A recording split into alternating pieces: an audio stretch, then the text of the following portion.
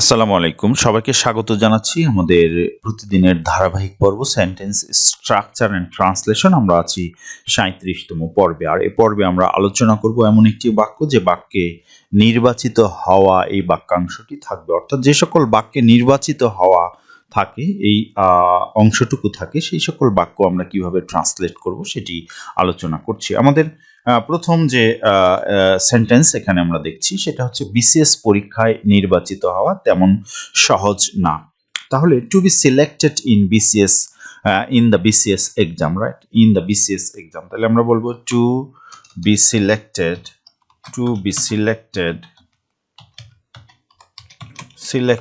In the BCS exam আমরা বলতে পারি। So BCS exam is not so easy, right? not so তেমন সহজ নয়, not so easy। তাহলে আমরা বলছি to be selected in the BCS exam is not so easy। তাহলে to be selected in the BCS exam মানে হচ্ছে BCS পরীক্ষায় নির্বাচিত হওয়া তেমন সহজ না, is not so easy, right? So আমরা এভাবে কিন্তু আমাদের ট্রান্সলেশনটি করব। আমাদের পরের যে বাক্য সেটি হচ্ছে বিসিএস পরীক্ষায় নির্বাচিত হওয়া কঠিন পরিশ্রমের ব্যাপার। So to be selected in the BCS exam এটা কিন্তু থাকবেই। সো আমরা বলছি to be selected in the BCS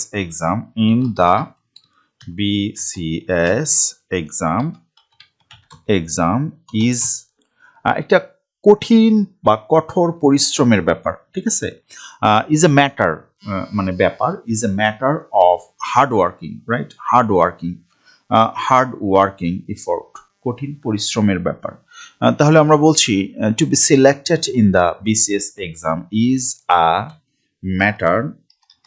matter of মানে হচ্ছে বিষয় of hard working effort, right?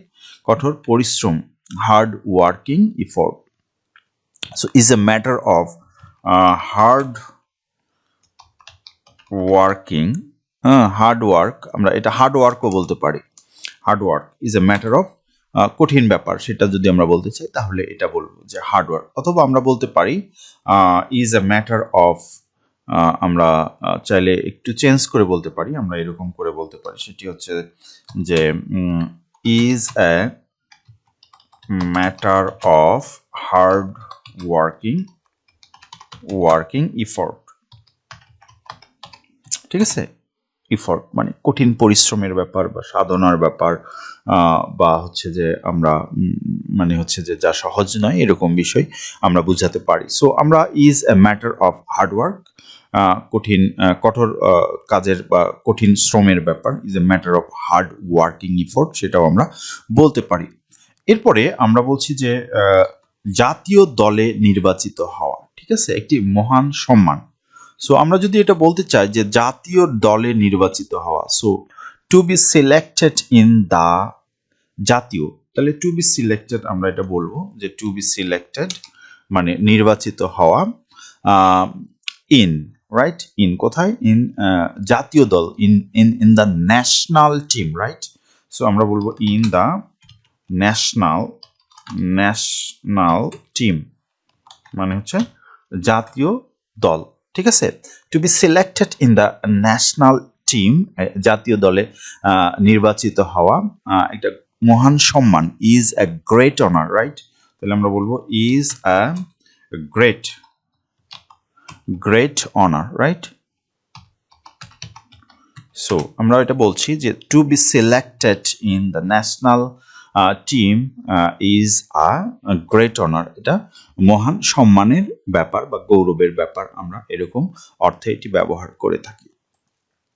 আমাদের পরের যে বাক্য সেখানে আমরা দেখছি যে সে স্কুলের শীর্ষ 10 শিক্ষার্থীর মধ্যে নির্বাচিত হয়েছিল। তাহলে সে হয়েছিল he was selected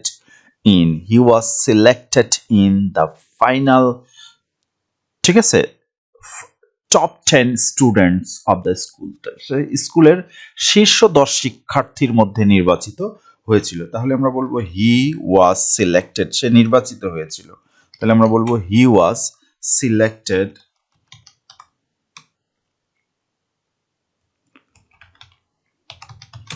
selected, he was selected in, সে নির্বাচিত হয়েছিল in the final, in the top 10 student, ঠিক আছে, মানে শীর্ষ 10, তাহলে সে শীর্ষ 10 শিক্ষার্থীর মধ্যে নির্বাচিত হয়েছিল, মানে he was selected in the top 10, right, top 10 students, বহু বচন কারণ 10 জনের মধ্যে, so students of the school, right? So school আমরা বলবো, সরি, স্কুল। তাহলে আমরা বলছি he was selected in the top 10 students, right, সে সেরা 10-এর মধ্যে নির্বাচিত হয়েছিল অফ দ্য স্কুল, মানে এই স্কুলের। সো এইভাবে আমাদের ট্রান্সলেশনগুলো আমরা করতে পারি। এরপরের যে বাক্য সেটি আমরা দেখছি, সে প্রতিযোগিতার চূড়ান্ত পর্বে নির্বাচিত হয়েছিল। সো সে হয়েছিল নির্বাচিত, সো হি ওয়াজ সিলেক্টেড, তাহলে আমরা বলবো হি ওয়াজ সিলেক্টেড এগেন, তাহলে আমরা বলছি হি ওয়াজ সিলেক্টেড ইন, সে নির্বাচিত হয়েছিল, রাইট, কোথায়, চূড়ান্ত প্রতিযোগিতায়, in the final round of the competition, প্রতিযোগিতার চূড়ান্ত পর্ব মানে in the final round, in the final round প্রতিযোগিতার, ঠিক আছে, অফ দ্য কম্পিটিশন, তাহলে আমরা বলবো in the final round of the competition, right, তাহলে অফ দ্য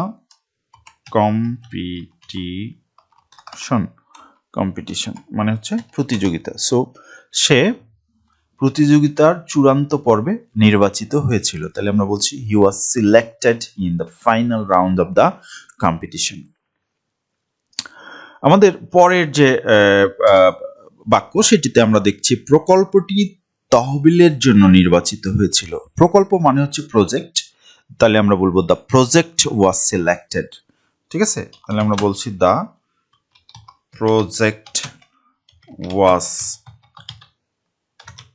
সিলেক্টেড ইন, মানে সিলেক্টেড ইন না, এবার হবে সিলেক্টেড ফর, রাইট, কারণ কোনো কিছুর জন্য নির্বাচিত, প্রকল্পটি তহবিলের জন্য নির্বাচিত হয়েছিল, ফর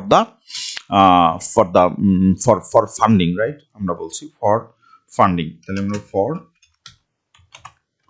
আমরা বলছি ফর ফান্ডিং মানে প্রকল্পটি তহবিলের জন্য নির্বাচিত, তাহলে selected for funding, right, so হয়েছিল the project was selected for funding. এখন আমাদের পরের যে বাক্য সেখানে আমরা দেখছি যে প্রার্থীদের তাদের যোগ্যতার উপর ভিত্তি করে নির্বাচিত করা হয়েছিল, তাহলে প্রার্থীরা নির্বাচিত হয়েছিল, রাইট, তাহলে আমরা বলছি প্রার্থী মানে হচ্ছে ক্যান্ডিডেটস, প্রার্থীরা, রাইট, সো ক্যান্ডিডেটস ওয়্যার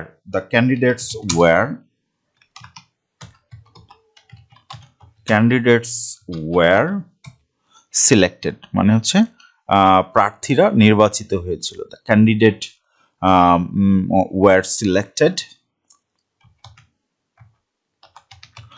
মানে প্রার্থীরা নির্বাচিত হয়েছিল, রাইট, বা প্রার্থীদের নির্বাচিত করা হয়েছিল।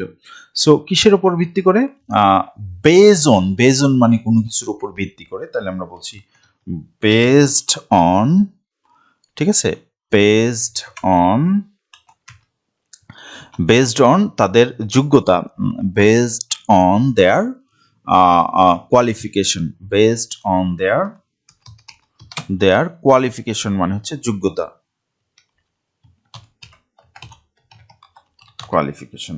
সো আমরা বলছি দ্য ক্যান্ডিডেটস ওয়্যার সিলেক্টেড মানে প্রার্থীরা নির্বাচিত হয়েছিল ভিত্তি করে, মানে based on their qualification, based on their qualifications, qualification একটি না অনেকগুলো, এই জন্য আমরা বলবো কোয়ালিফিকেশনস, কারণ তাদের অনেকগুলো যোগ্যতার উপর ভিত্তি করে নির্বাচিত হয়েছিল, বাট একটি যোগ্যতা যদি হয় তাহলে আমরা বলবো কোয়ালিফিকেশন, রাইট। সো এরপরের যে বাক্য সেখানে আমরা দেখছি যে দলটি আন্তর্জাতিক টুর্নামেন্টে দেশের প্রতিনিধিত্ব করার জন্য নির্বাচিত হয়েছিল, মানে দলটি নির্বাচিত হয়েছিল, that means the team was selected, right, তাহলে আমরা বলবো the team was selected, the team was selected, দলটি নির্বাচিত হয়েছিল আন্তর্জাতিক টুর্নামেন্টের জন্য, ঠিক আছে, প্রতিনিধিত্ব করার জন্য, দেশের প্রতিনিধিত্ব, তার মানে হচ্ছে to to represent the country, ঠিক আছে, দেশের প্রতিনিধিত্ব করার জন্য। তাহলে দ্য টিম ওয়াজ সিলেক্টেড কিসের জন্য? প্রতিনিধিত্ব করার জন্য, তার মানে হচ্ছে টু রিপ্রেজেন্ট দ্য কান্ট্রি, দেশের প্রতিনিধিত্ব করার জন্য। তাহলে আমরা বলবো টু রিপ্রেজেন্ট দ্য কান্ট্রি, মানে দেশকে উপস্থাপন করার জন্য বা দেশের প্রতিনিধিত্ব করার জন্য। কোথায়? ইন দ্য ইন্টারন্যাশনাল টুর্নামেন্ট, মানে হচ্ছে আন্তর্জাতিক টুর্নামেন্টে। তাহলে আমরা বলবো ইন দ্য ইন্টারন্যাশনাল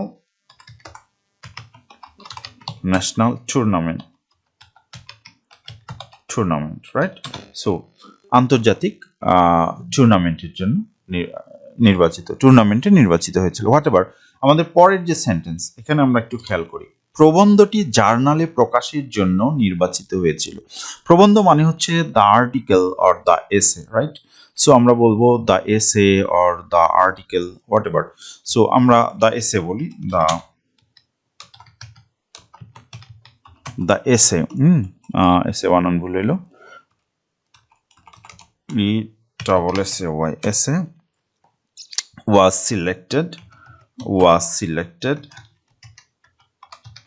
selected কিসের জন্য? পাবলিকেশন বা হচ্ছে যে প্রকাশের জন্য, জার্নালে প্রকাশের জন্য। For publication, selected for publication, তাহলে ফর পাবলিকেশন মানে প্রকাশের জন্য, ফর পাবলিকেশন কোথায়? জার্নালে, ঠিক আছে। তাহলে আমরা বলবো in the journal, right? So এরপরের যে বাক্য, সেখানে আমরা দেখতে পাচ্ছি যে গানটি মুভির সাউন্ড ট্র্যাকের জন্য নির্বাচিত হয়েছিল। তাহলে কি নির্বাচিত হয়েছিল? প্রথমে সেটা সাবজেক্ট, দ্য সং, গানটি। তাহলে আমরা বলবো দ্য সং,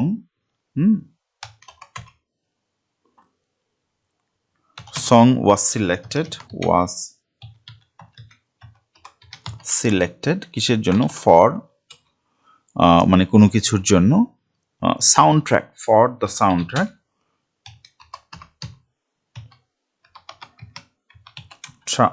ট্র্যাক, ঠিক আছে।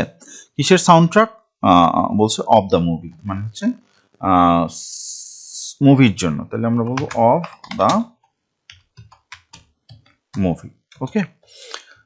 এখন আমাদের পরের যে বাক্য, সেখানে আমরা দেখতে পাচ্ছি যে পেইন্টিংটি, রাইট? পেইন্টিং মানে হচ্ছে চিত্রকর্ম। সো আমরা বলবো দ্য পেইন্টিং মানে হচ্ছে পেইন্টিংটি ওয়াজ সিলেক্টেড, ঠিক আছে, নির্বাচিত হয়েছিল প্রদর্শনীর জন্য, মানে for exhibition, for the exhibition মানে কোনো একটি প্রদর্শনীর জন্য, আর ফর এক্সিবিশন মানে শুধু প্রদর্শনীর জন্য। তাহলে আমরা বলবো দ্য পেইন্টিং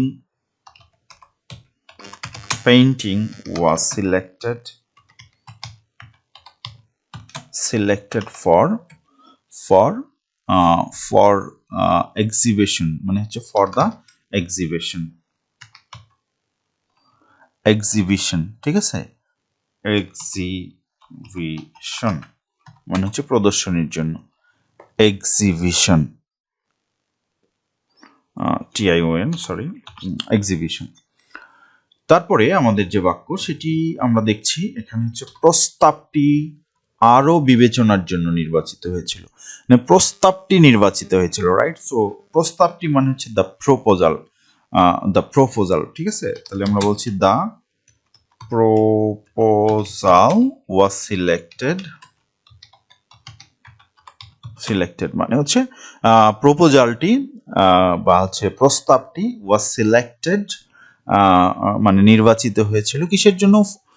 আরো বিবেচনার জন্য। সো ফার্দার মানে হচ্ছে আরো, আমরা এটা জানি। সো ফর ফার্দার, বিবেচনা মানে হচ্ছে কনসিডারেশন। তাহলে আমরা বলবো ফর ফার্দার মানে হচ্ছে আরো ফার্দার কনসিডারেশন মানে হচ্ছে বিবেচনা।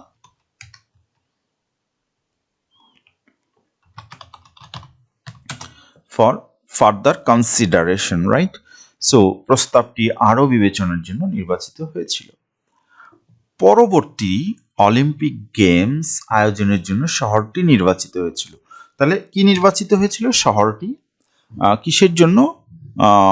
পরবর্তী অলিম্পিকের জন্য, অলিম্পিক আয়োজনের জন্য। তার মানে আমরা বলবো যে টু হোস্ট মানে হচ্ছে আয়োজনের জন্য, যারা এটা আয়োজন করে তাদেরকে আয়োজন করাটাকে আমরা বলি টু হোস্ট, মানে হচ্ছে আয়োজন করা। So the city was selected মানে হচ্ছে শহরটি নির্বাচিত হয়েছিল। The city was selected for কিসের জন্য? ফর অলিম্পিক গেমস মানে হচ্ছে ফর, সরি আমরা এখানে ফর না বলে সিলেক্টেড টু হোস্ট আমরা এটা বলবো। টু হোস্ট মানে হচ্ছে যে আয়োজনের জন্য, টু হোস্ট মানে হচ্ছে আয়োজনের জন্য। The city was selected two host মানে হচ্ছে আয়োজনের জন্য কি? The next Olympic games. তাহলে আমরা বলবো the next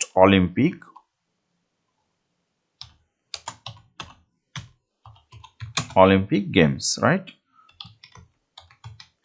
so next Olympic games. পণ্যটি পুরস্কারের জন্য নির্বাচিত হয়েছিল। এটি কি হবে সেটি তোমরা অবশ্যই আমাদের কমেন্টস বক্সে লিখে জানাবে যে এটি ট্রান্সলেশন কি হতে পারে। পণ্যটি পুরস্কারের জন্য, পুরস্কার মানে হচ্ছে ফর দ্য অ্যাওয়ার্ড, পুরস্কারের জন্য, ফর দ্য অ্যাওয়ার্ড। সো তোমরা এটা ট্রান্সলেশন করে কমেন্টস বক্সে জানাও। পর্বটি কেমন লাগলো সেটিও অবশ্যই জানাবে। ধন্যবাদ সবাইকে। আসসালামু আলাইকুম।